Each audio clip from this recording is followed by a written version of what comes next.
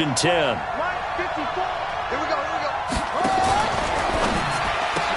And that is incomplete. He couldn't hold on through the contact. Brings up second down. From the 34, they'll come to the line on 2nd and 10.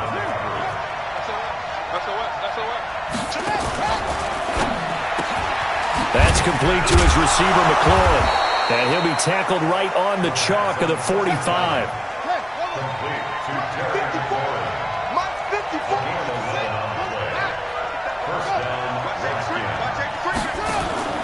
They go play action here on first down. And he's going to have to eat this one as down he goes. The defensive end, Daniil Hunter, drops him. After the sack, it's 2nd and 19, and the road gets a bit tougher from here. And now whistles and a flag, and I think we got a jump here. So a jump there defensively.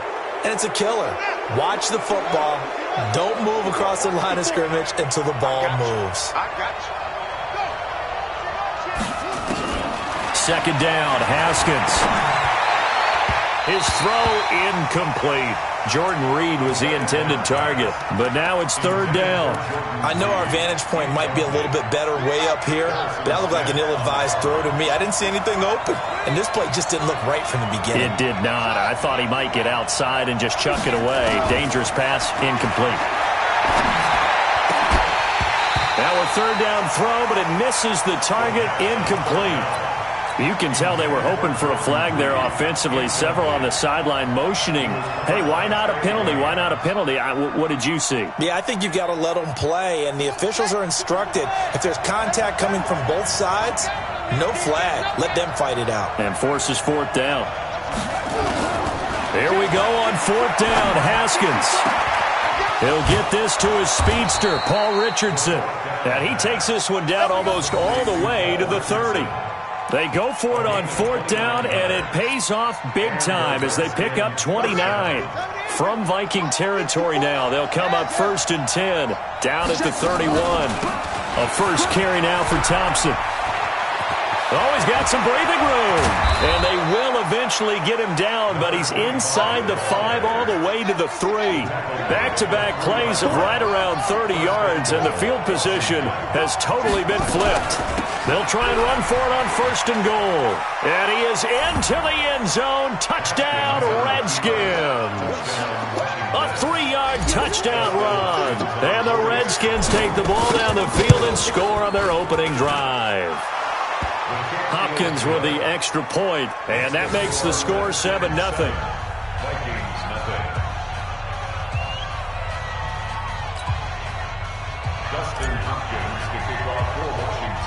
Following the touchdown, Dustin Hopkins will kick it away. It's a short kick, taken at the 15. And a good return as he'll be stopped just shy of the 30-yard line.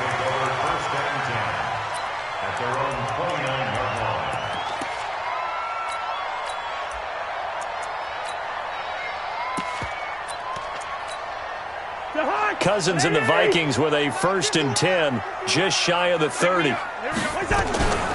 Now the first carry for Dalvin Cook. A gain of 3, 2nd down. Well, it's time for them to be good teammates right here. And what I mean by that is possess the ball for a little while. Get at least 2 first downs. Give their defense a chance to settle down a little bit after they give up a touchdown. On 2nd down, Cook. And there is nowhere for him to cut back as he's taken down in the backfield. Officially, it will go as a 1-yard loss, and that's going to lead to a 3rd down. Here's Cousins. And he's got Kyle Rudolph. And he'll be out of bounds, but able to get it up past the 45. It's a gain of 16, and the Vikings have the first down as well. I know at the end of games, coaches always tell us that no one play won or lost a game. But this seems pretty important early, doesn't it? Their ability to pick up that first down on 3rd down, I thought that was key. Well, you're already in the hole after the touchdown on the other side. How will you respond? We talk about that a lot, and they responded pretty well there. You go 3 and out, I think you give up a lot of momentum. You get down 2 scores, could be an entirely different game. So they've got a nice drive going now. They're in good shape. What's interesting to me is they're also in that spot of the field where you would take a shot do you change that up just because you're down a touchdown?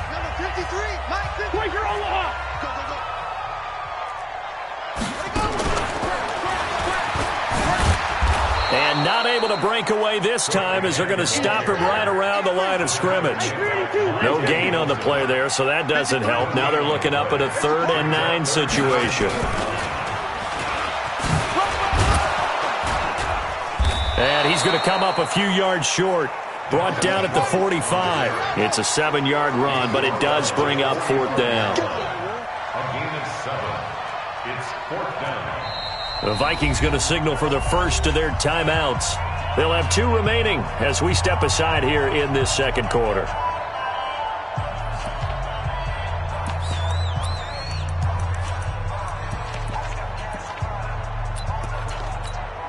The offense staying out. They're going to go on 4th and 2.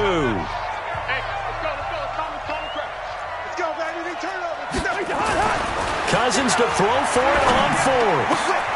A 50-50 ball here, and it's intercepted. Picked off near the 26, and they will take over at the 26-yard line. CD, with that incompletion, let's talk AFC playoff picture. I think you and I agree that if you put together any sort of power rankings, we'd put Baltimore number 1, certainly in the AFC. But you look ahead to the playoffs getting started on January 4th. Who do you see as their main competitor for that Lamar Hunt trophy? Well, tradition and us not wanting to be wrong dictates that we say New England next. And rightly so, because of the number of Lombardi trophies they've won, how they've always played at this time of year. But the bottom line to me is the prime contenders right now for Baltimore, Kansas City. Patrick Mahomes has got it together. The defense is playing better. And Buffalo really showed me something when they beat Pittsburgh in Pittsburgh on a Sunday night in Week 15. They'll get 3 as the drive continues. It's a first down. So here's a 1st and 10 at the 38. Now a run on first down is not going to get off the ground as they will get him behind the line of scrimmage for a loss of 3. They'll wind up losing 3 yards here, but it'll be 2nd down. With that incompletion, you know, Charles, one of the big storylines in the final few weeks of the season lies in the AFC South. Tennessee and Houston battling back and forth. Houston won round 1, Week 15, a victory in Nashville. But which of those 2 teams do you think has the potential to go deeper in the playoffs? Well, Tennessee just lost at home to Houston, and now we'll have to go on the road to play them again in Week 17. So I would say, on the surface, you would think Houston. They have the quarterback as well in Deshaun Watson that scares everyone. But I'm picking Tennessee as a team that could go deeper because of their defense. That's really a top 5 defense on any given Sunday. Their ability to rush the passer, their ability to play the ball in the air. I like that Tennessee team, and I think Ryan Tannehill, the switch to him at quarterback, has really energized that club.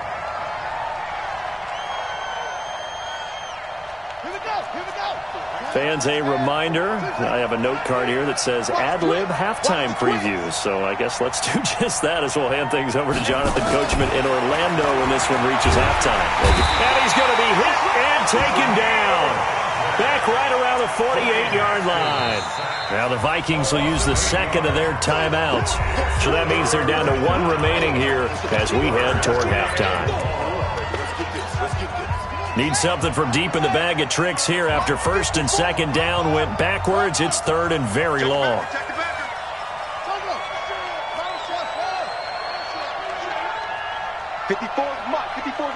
Check, watch 54, watch 54. Now Haskins, 3rd and long. And it's going to be incomplete. He was able to catch it there on the right sideline, but out of bounds, says the line judge. And it's going to bring up 4th down.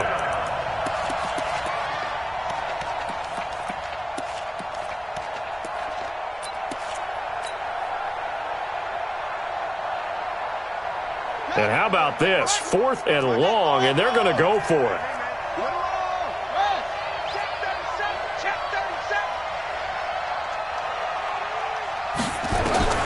And they'll indeed go for it with Haskins. And this is going to be incomplete. A surprising move to go for it predictably, at least somewhat predictably. It doesn't pay off, and that will force a turnover on downs.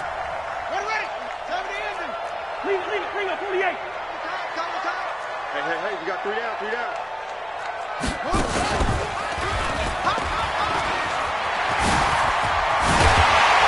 And he gets it inside the 35 and just shy of the 30. 17 yards, first down, Vikings. Boy, he does it at a high level, doesn't he? Because when I watch him, I think of his vision. Straight ahead, peripheral. Also has that sense of where holes are going to be before they actually open. I think that helps set him apart from many of the other backs in the Cut strip, the ball's out. Into the Redskins, have it they do.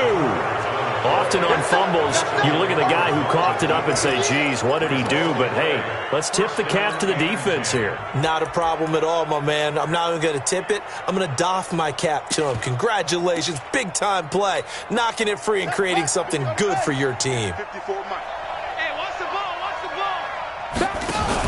First play of the drive is a run with Thompson. Anthony Barr in on the tackle. The Redskins now going to use the first of their 3 timeouts.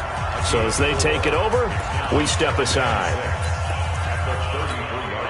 The run got 4. Now they deal with a 2nd and 6.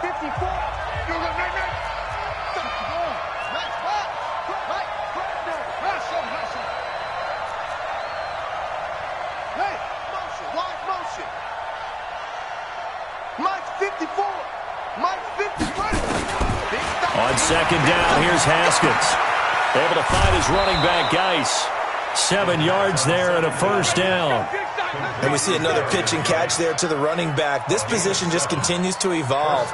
They become just as critical to the passing attack as a lot of receivers, tight ends, because their ability to make people miss in the open field can really generate big plays for an offense.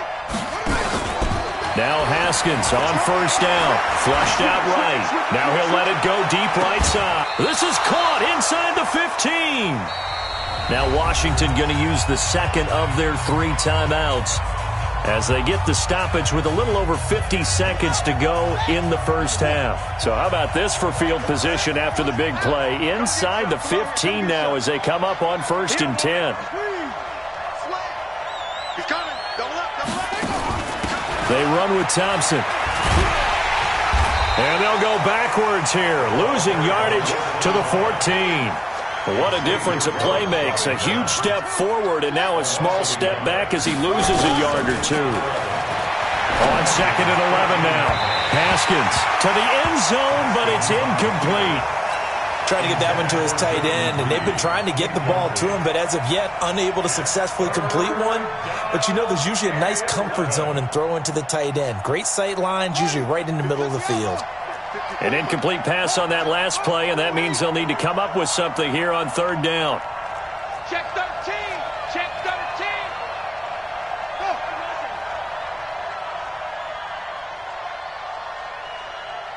Go. Me. Go.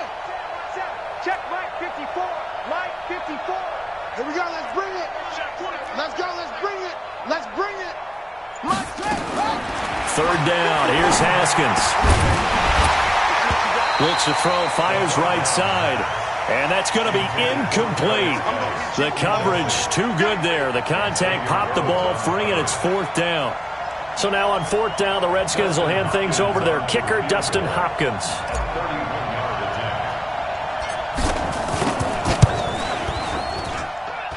And Hopkins' kick is good. And the lead moves to 10-zip.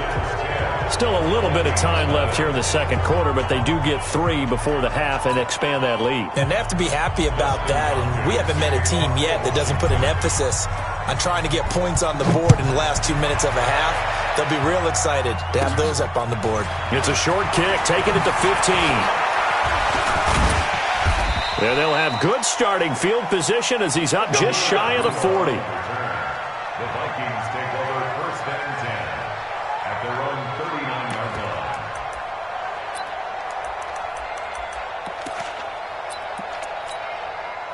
line. Here are the Vikings now to start their next drive. And with time quickly fading here in the 2nd quarter, not sure how aggressively, offensively they want to play this.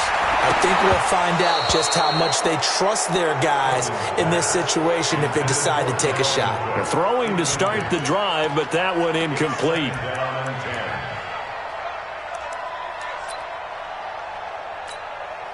So line of scrimmage still the 39 on 2nd and 10.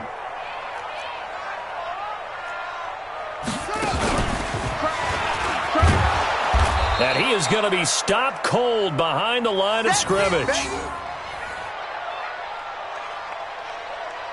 So 2 quarters down, 2 remain. Charles and I return after the break. Welcome back. Charles and I settled into the booth, ready for quarter number 3.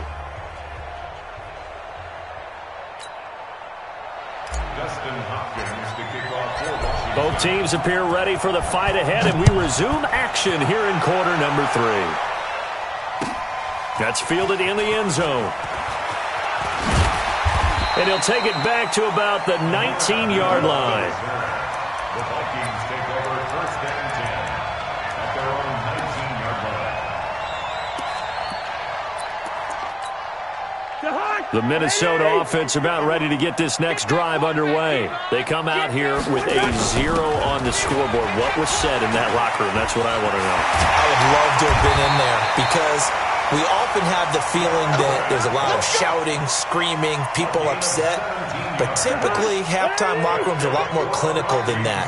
And in this case, are they upset that the plays weren't working because of execution, or did they think they were just bad plays to call? Yeah. We'll find out pretty quickly here if they feel like they had something going, but they just need to do it a little bit better or not. We'll find out. Brings up 2nd and 9 at the 37-yard line. On 2nd down, it's Cook. And he'll grab a gain of 5 out of this up to the 41-yard line. This offense in desperate need of a conversion as they come up on 3rd down. Cousins, and that is incomplete. Another drive comes and goes, still nothing on the scoreboard. Yeah, and when the second half comes, you know, it's real easy to get discouraged and wonder if you're ever going to get things started. You just got to fight through it. Got to keep pounding away.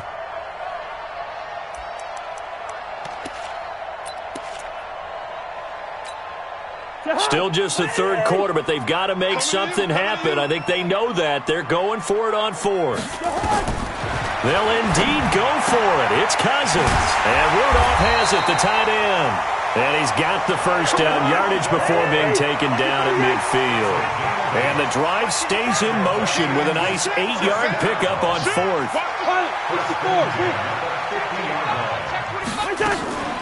Draw play, Cousins to Cook. A solid run on 1st down. Gain of 7 leaves him with a 2nd and 3.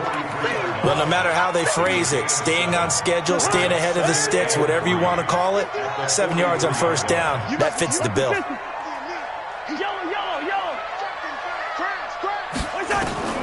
Throwing on 2nd and 3. Cousins. He completes it to Abdullah. And this one goes nowhere. Losing yardage on the play back at the 46.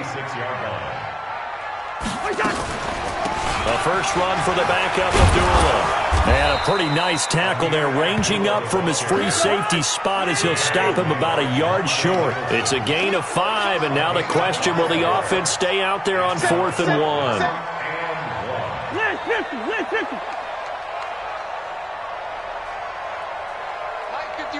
Mike 51.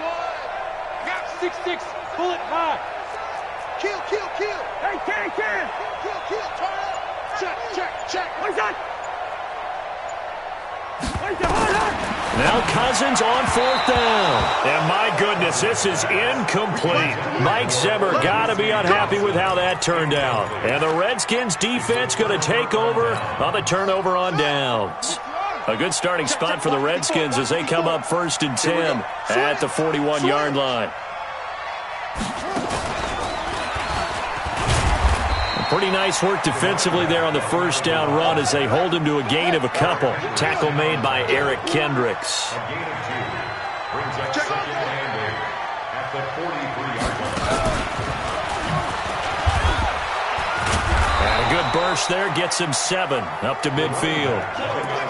They're trying to show that they can run the ball and protect this lead. Give it to the backs, play a little bit of keep away, don't you think? And that's probably a good philosophy at this point, going to make that defense stand up and stop them.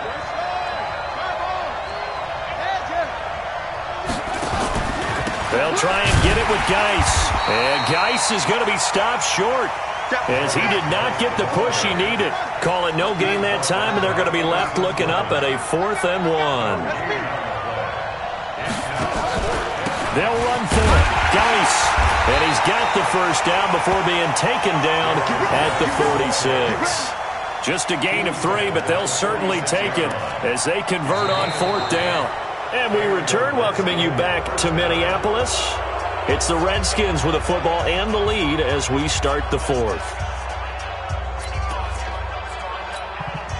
The 4th down run successful. Now they look to pay it off on 1st down.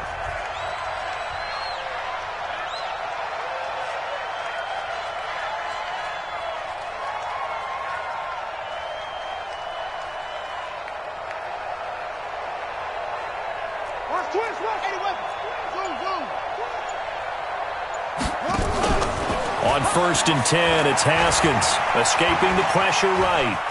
Oh, no, he lost the football. And the Vikings pick up the football. The 30, 20, 10, and he's going to score. It's a Viking touchdown. This defense, Charles, they needed some type of a spark to help get them back in this game. I think they just got their spark. No doubt about it. And you know, that's all they discussed. How can we get ourselves moving again? How can we get our team going? This definitely qualifies. Extra point up and good by Bailey. And now things get a bit more interesting here in this 4th quarter. And you can bet they're preaching 2 hands on the ball here as the kick's away following that fumble return. That'll be taken in the end zone. And he'll take this one near the 25, call it the 26-yard line. At their own 26-yard line. Out there ready for this next drive, the Redskins offense. They're holding on right now to that slim advantage in a 1-score game. And you hear a lot about 2-minute offense and 4-minute offense. Obviously, the 4-minute offense applies here. How do they run that effectively? Yeah, really what the 4-minute offense is you're just trying to grind the clock. So you want consistent gains, steady gains. Doesn't have to be big plays, but it has to be plays that gets first downs and keeps the ball away from your opponent. But certainly throwing the ball is in the mix here. It certainly is. Just make sure that you're careful with it. And again, get those first downs, keep possession of the football. 36. Check. They'll run on 1st down. Thompson, and give him about 3 as he gets it down to the 22-yard line. Not quite the success they had last play. This one goes for 3 yards. A 3-yard pickup. Clock continuing to run. They'll probably wind this all the way before snapping it on 2nd down. They'll run with Geis. And on this one, he'll get to the 15, right at the 15-yard line. 7 yards there and a 1st down. But they didn't accomplish their goal. They didn't get a stop there, gave up another 1st down. They have all 3 timeouts in their pocket. I think defensively, you've got to start thinking about using them here. I was just going to ask you at what point you think now's the go time? I think now's the go time. I don't think you sit back and wait because they can take a lot of time off the clock between plays and run 3 to 4 and really put you in a stressful spot. 1 yard gain brings up 2nd and 9 at the 14-yard line. Geis with the carry on 2nd down. And that'll hurt the average a bit as this time they're able to get him behind the line. The Vikings going to signal for the first of their timeouts. It's just their first. They'll be down to 2 remaining as we step aside here in the 4th quarter. Big play coming up. Here's 3rd and 10. I would expect to see some pressure here. On 3rd down, it's Thompson. And they go the wrong way here. Knocked back to the 20. A 5-yard loss there is going to bring up 4th down. When I watch plays like that, I give a lot of thanks that my DNA did not make me an offensive tackle because that is a very difficult job to hold your block against a really good defensive end and hang on to it so your runner can get to the edge and do it without holding. I don't know that that's really possible for very many people.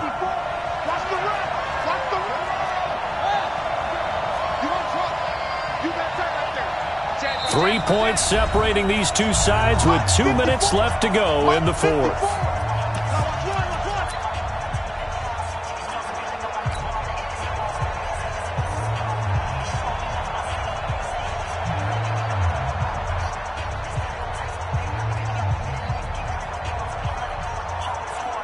So it's Redskin football here as we welcome you back. And here's a big one now. Trying to hold this lead. They're going to go for it here on 4th down.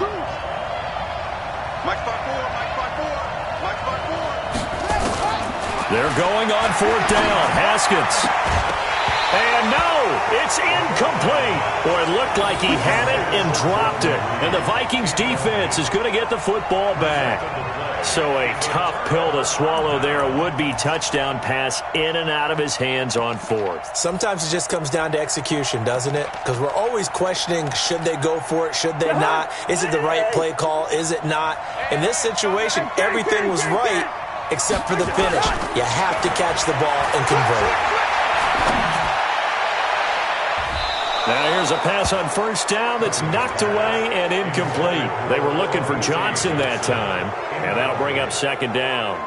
That would have been a tough catch, but in this 2-minute drill, those are the ones you really hope your guys come up with. Yeah, you don't want your guy to be able to take the out because it was a tough catch. You needed him to come up with that one because if he does, it alters the perspective of this 2-minute drill, doesn't it?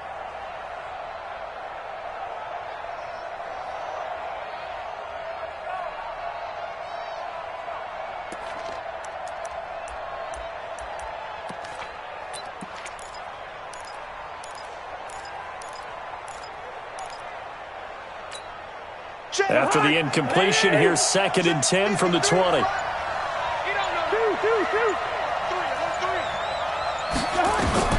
Cousins. Now a desperation throw deep downfield. And he bats it away, and it falls down incomplete. He was looking for Adam Thielen there. And it's 3rd down. So back-to-back incompletions, now 3rd and 10. And first things first, before you think about marching the ball down the field, you got to move the chains. You're exactly right. Got to get back into focus here. Get the 1st down. That's what's vital to them.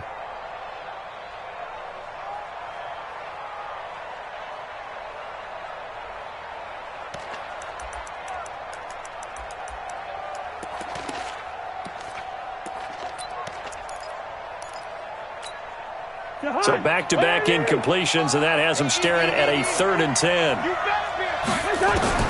He'll look to throw. And he can't get a throw away. He's taken down. Ryan Kerrigan in there to drop him as that clock continues to run. Partner, you absolutely cannot take a sack in that situation. Now, it's also 4th down.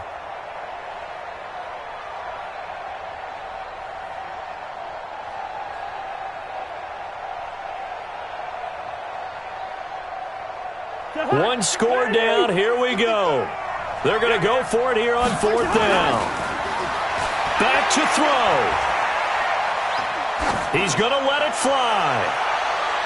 And it's knocked away and incomplete. They had to go for it with such little time remaining. And now possession will go over inside the 15-yard line.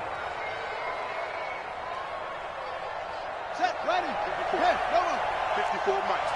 Here we go, here we go. Check 99. On 1st down, this is Geis.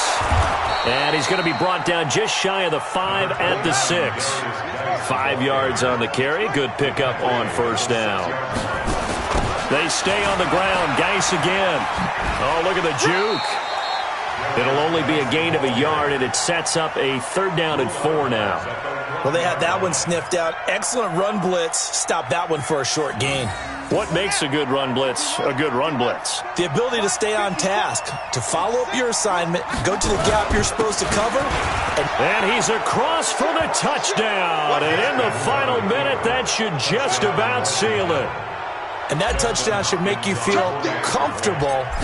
But do you really feel like it's totally over yet? Not totally, but I think you're pretty much there. Yeah, you still got to make sure you stay with it, do all the right things down the stretch, especially on defense. But that touchdown there, you got to feel good about your chances. It's a short kick, taken at the 15.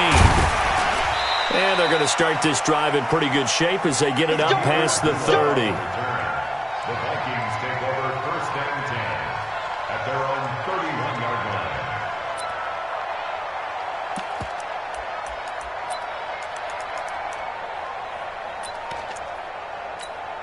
Here we go. Here are the Vikings now to start their next drive. They might be thinking this is close to a lost cause here. Got to play it out. What do they need to do? Well, they have a thought process in mind already, but they can't get ahead of themselves. They know that they need to score quickly. Yep, two-score game. Onside kick and get the ball back and then score again, but they can't worry about the last 2 points. The only thing that matters is scoring quickly, then they'll take it from there.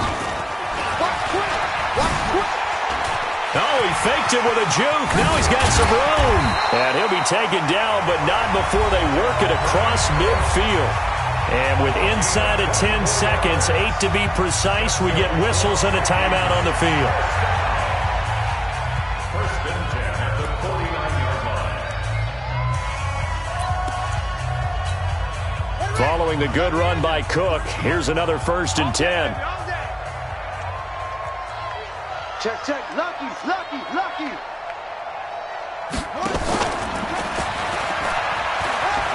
Oh, he's got a little daylight. And he is out of bounds, but not before he's inside the 30. Chewing up big yardage. Another nice gain there. This one goes for 20. That's another Vikings first down. First and 10 at the 29-yard line.